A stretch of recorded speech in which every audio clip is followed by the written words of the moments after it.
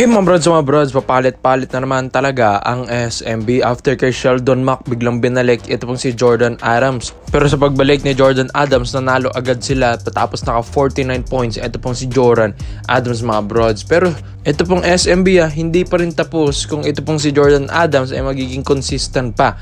Isa nga sa mga talagang ire-reserva na nila, ito pong si Nick Young.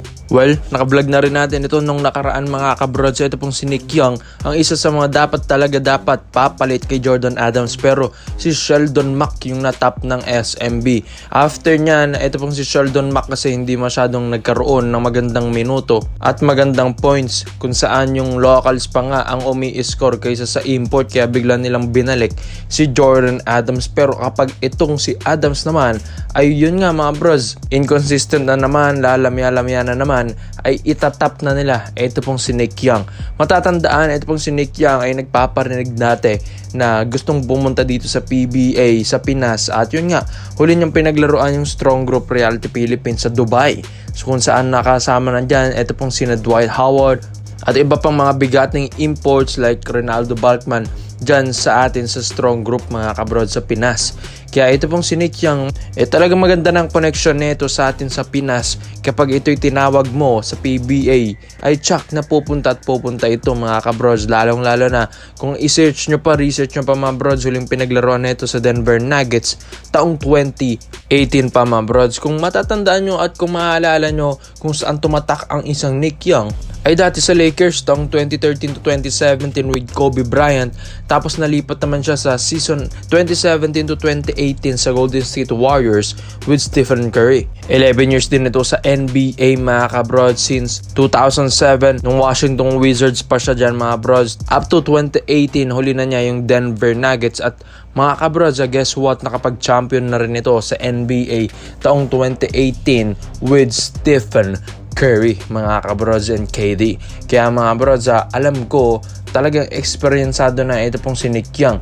Kung mapapansin yung laruan na ito mga kabrods, parang shooting guard talaga yung laruan na ito. Well, sa research din man at sa Wikipedia, makikita nyo shooting guard talaga ang laruan at posisyon na ito po ni Nick Young.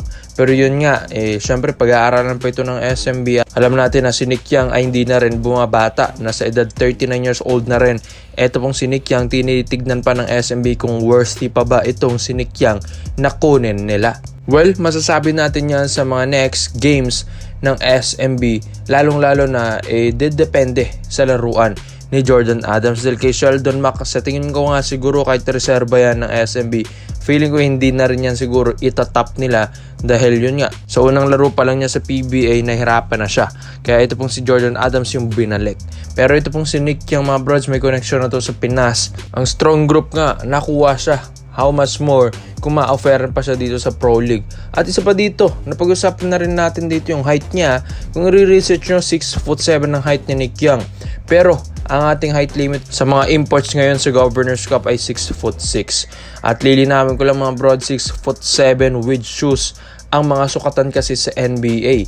Sa PBA kasi without shoes. Kapag tinanggalan mo ng shoes, ito pong si Nick Young, 6'6" ng height na ito mga brods. Kaya pasok na pasok siya sa ating height limit sa Governor's Cup 2024. Isang tawag lang din siguro dito kay Nick Young ay papayag na ito. Dahil yung mga ibang imports na gusto nilang kunin at ibalik, ngayong Governor's Cup mga brods na dating import nila ay under contract pa kasi. Kaya mas madali, ito pong si Nick Young nakunin dahil wala pa ito recently na contract ngayon. Kaya komento mo lang opinion mo dito mga brods, Nick Young, reserba ng SMB. So dito naman po tayo sa kabilang balita naman natin mga broads. Prayers up nga kay Isaac Go sa kanilang laban against Rain Ocean and Last of Painters kung saan nagkaroon ng knee injury. Ito pong si Isaac Go. Kahit man nanalo ang Ginebra against Rain Ocean, syempre malungkot pa rin si Coach Tim Condell na wala ang kanyang big man na pumalit kay C-Stand. 124-102 blowout game sayang. Akala ko ang ganda ng laro mga bros dahil number 1 ang Rain Ocean pero ang Ginebra pala ang yayamado dito. Kaya sa standing ng Group B ngayon umangat ng Ginebra, sila ng number 1 mga kabrods, pumapangalawang Rain Ocean na 5-2 ang record din, tapos pumapangatlo naman ng SMB na 5-2 rin ang kanilang standing. So balik na tayo dito kay Isaac Go, 0 nga lang point na nagawa niya mga brods bago siya magkaroon ng knee injury. So prayers up talaga sa kanya mga kabrods. Pero ito mga kabrods sinasabi nga nila sa mga comments na kahit nga ito pong si Go ay mawala sa Hinebra ay parang hindi rin nila ramdam dahil onti nga lang yung mga contribution ni Go mga kabrods. Nothing against Go naman mga kabrods, pero yun nga daw yung nangyayari. Kaya ito pong Hinebra ay gustong maghanap ngayon ng big man at gusto nilang i-activate at ibalik mga kabrods ang kanilang former big man, ang 7-footer na si Greg Slaughter mga brods. As of now, nasa Manila Stars si Greg. As of now ngayon ay talaga naghihintay pa rin ito ng offer overseas pero wala talaga mga kabrods. Hanggang dito lang talaga sa MPBL ang kanyang kontrata. Kaya ito pong si Greg ay alam naman natin ayaw na nito bumalik sa PBA, pero pag ito ay inoffer mo na malaki mga kabrods, siguro babalik ito para sa kanyang pamilya. At ito pong si Greg Slaughter, may chemistry na rin kasi dito sa Hinebra mga kabrods. Kaya maganda dito sa Hinebra ay kapag bumalik si Greg, onting adjustment na lang mangyayari mga kabrods kasi alam nila kapag itong si Greg Slaughter ay kapag na-add sa lineup sa place mga kabrods ay alam na nila yan dahil dati na nila itong kakampi mga kabrods. At isa pa dito, mas maganda nga kung si Greg dahil maganda ang presensya ng isang 7-footer. So kailangan din bumalik din ni Go dahil syempre kailangan pa rin naman siya kahit papano sa Hinebra, lalo na sa depensa. Kaya wag sanang malala yung kanyang knee injury mga kabrods Pero ito pang si Greg Slaughter, alam ko na-improve na rin ang laruan nito mga kabrods. Kung si Go nga hirap din umiskor sa Hinebra, siguro si Greg ay makakasiguro rin mga kabrods sa Hinebra dahil alam na niya yung laruan dito sa PBA at ibababa dito ni Coach Tim Cone mga kabrods panigurado. Pero syempre meron din itong right sa Northport Batampier bago ito makuha ng Barangay Hinebra San Miguel.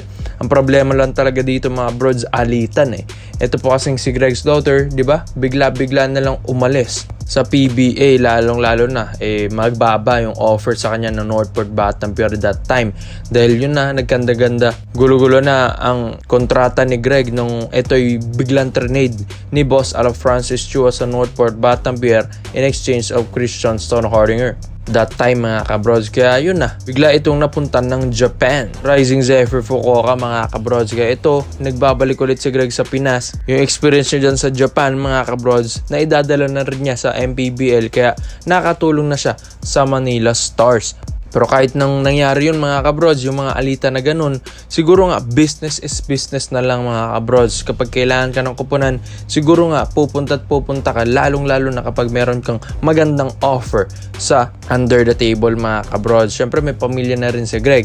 Mas gusto rin ito, yung malaking sahod mga bros, tapos PBA pa. Tapos former team pa niya under Coach Tim Cone at ilang kampyonato na rin ang naiambag dito ni Greg Slaughter. Kaya respect na lang talaga mga kabrods. Kaya ikaw mga brods, sa tingin nyo ba habang wala si Isaac Go, ito ba'y dapat kunin ng Hinebra si Greg Slaughter? Kaya komento mo lang po yung mga brods at isa natin yan. Salamat po sa panonood mga brods. This is our day to the highlights yun lang. I'm out.